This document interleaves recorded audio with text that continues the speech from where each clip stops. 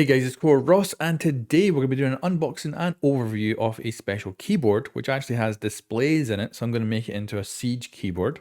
And this is the Everest series of keyboards from Mountain, and specifically we're unboxing the Max version today, which comes with a lot of cool modular add-ons. And I should note that this video is not sponsored, but of course they have sent the keyboard out for free today, but they have no control over the video I make about it. So we'll start by taking out everything. We've got a keyboard, we've got an arm rest, and then the box is actually really impressive, which is a weird thing to say because they've made it to be reused.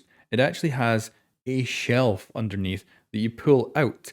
And then what you can do is recycle the box as a storage container for the future, which is impressive. And I don't think I've ever seen a box with a shelf in it. So that's cool. But anyway, on to what we actually get in the box with the Everest Max, and all this stuff can be bought individually as well. And I think we'll start with the numpad. This is what's going to be kind of the coolest thing. It's got little LCDs that actually display at the top alongside the numpad. But not only that, it can go on either side of the keyboard as well. So let's pop this out and take a look at it. And it's got some nice weight to it. It's milled out of aluminium and very kind of nice to look at. This one's the silver version I asked for.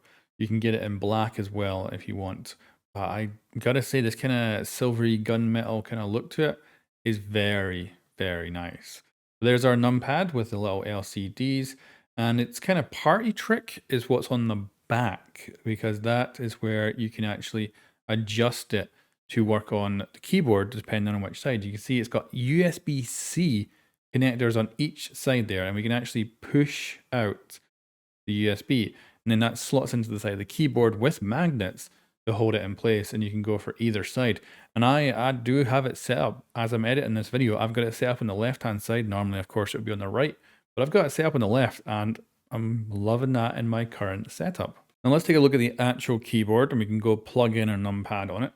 The keyboard is very nice, and if you do want a smaller style keyboard, you could go for this, as you don't need the numpad to obviously use it. So you can buy just the keyboard itself. You can even get the keyboard bare, so you can add your own switches as they are hot swappable. And here's a quick look at the actual switches on the keyboard. So you get a tool here, a double-sided one, which is usable for taking the keycaps off and removing the switch as well. Hopefully I'm doing this all right, because this is not something I have ever done much at all. But this one has Cherry MX Browns because I wanted to try them out. And this comes in a multitude of selection of different switches, or you can also get it bare bones without any switches in it. So you can add your own. And if you just take them off nice and simple like that, you can see that there's a couple of pins at the bottom, and these are capable of being hot swapped. I'll also just add in some audio here of the two different ones I'm going to test out. So I've got the Cherry MX Browns, and then I put in what I believe is the Cherry MX Silent. So we can have a little listen to both of them.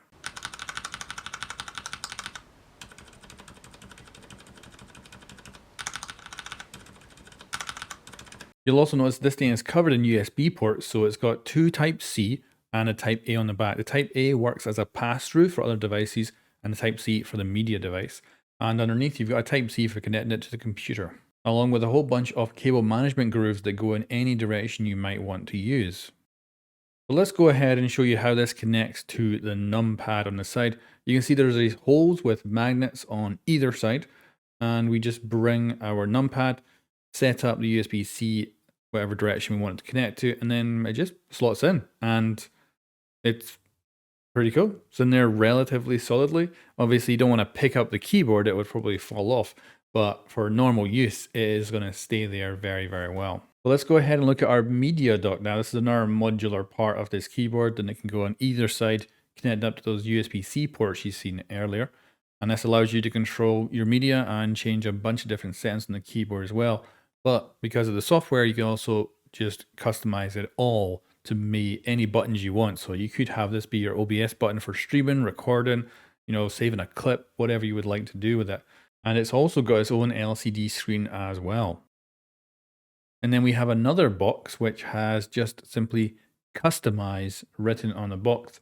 And this has your magnetic feet, your switches, and also your tool for removing the keycaps, along with an escape key that can replace the Mountain logo that is on by default. And with all the switches being hot swappable in this keyboard, And it's cool that they give you a selection of Cherry MX switches because that means you can try them all out and see which one you might prefer over others. Let's take a look at the magnetic feet. So on the actual keyboard and a numpad, you've got these little magnetic feet with rubber behind them.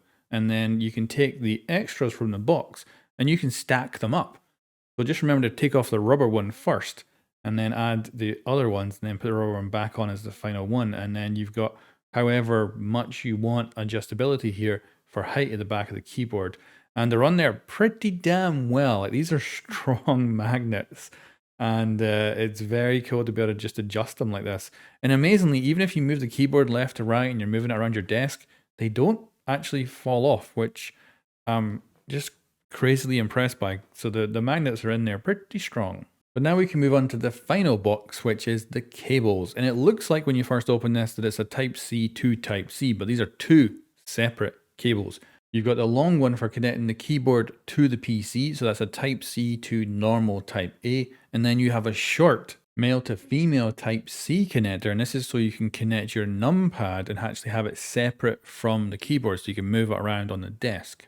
And that's not something I would pick to do, but I love the fact that they've thought of this and just given you the extra cable for that extra modularity so you can have it separate, because you might well be in a setup that does work better that way. But anyway, let's put all of this finally together, and I can actually show you the real reason that I went for this keyboard, and it's the software that comes with it. So we've got our armrest here. We're going to attach that. That attaches with magnets and lots of lovely grips to hold it in place. And I would say out of all the magnets in this entire setup, these are the weakest ones, maybe by design, but I would love them to be a little bit stronger. We're going to connect our numpad on the left-hand side, and then our media dock, we can either connect it on the left or the right into those USB-C ports you've seen earlier. And I'm going to connect it up to the right because I think that'll be visually more balancing. But of course you could choose the left, and we'll do a lovely little peel here too. And now let's move into the software, because this is the reason I went and asked Mountain if they could send me this keyboard, because I was like, this seems cool. And at first I was thinking maybe it'd be bad because I'd have to have the software open all the time and stuff like that. But no, it actually uploads everything to the keyboard, so you can customize the keyboard, take it onto a completely different computer, and it remembers everything. And that's with the other computer having none of the software installed whatsoever. So it's really freaking cool. Everything is also hot swappable, so you just noticed I've pulled out the numpad and I'm going to put it on the other side, and in the actual app it will show up on the other side. It is smart enough to know when things are getting connected and unconnected, and it's all completely hot swappable. Now let's focus in on the media dock. You can see that I'm navigating the menu by twisting around the outer side of it, and then you've got a button here, and one tap is forward, two taps is back. So you can customize it to have, say, a clock. You can show your GPU performance, and you can also customize it again in the application as well. And this will be remembered between different computers that you plug it into, even without having any software installed, because it's all being uploaded and set up on the keyboard as well. The keyboard is what is actually doing it all, and that is really, really impressive. And you can customize just about anything here in the media dock. So for instance, I'm going to just adjust the brightness of the actual keyboard itself, and you can see how that is changing in the software too. And because it's an LCD, I can also upload my own images as well. So we've got my logo. We're just going to upload that as an example.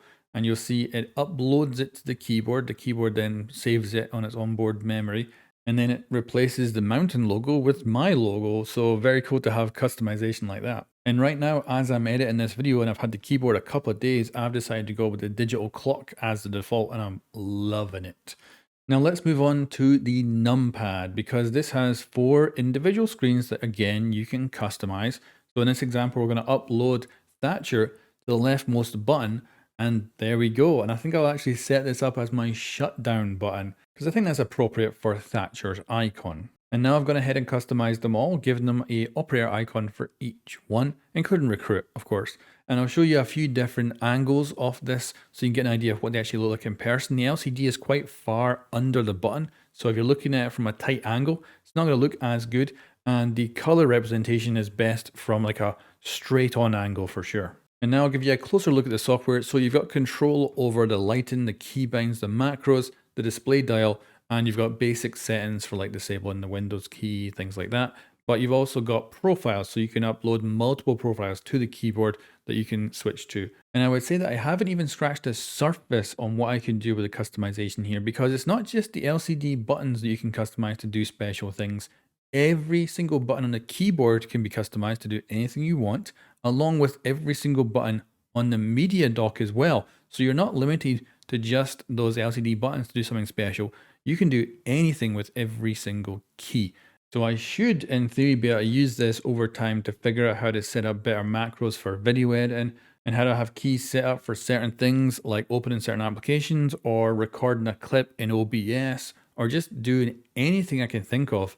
So I'm looking forward to diving in and seeing how much, I can do with this. However, let's talk about RGB. So of course, this keyboard can light up and you've got a multitude of different settings you can go through.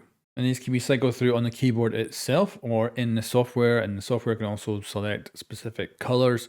And yeah, you've just got everything you could possibly think of when it comes to the RGB.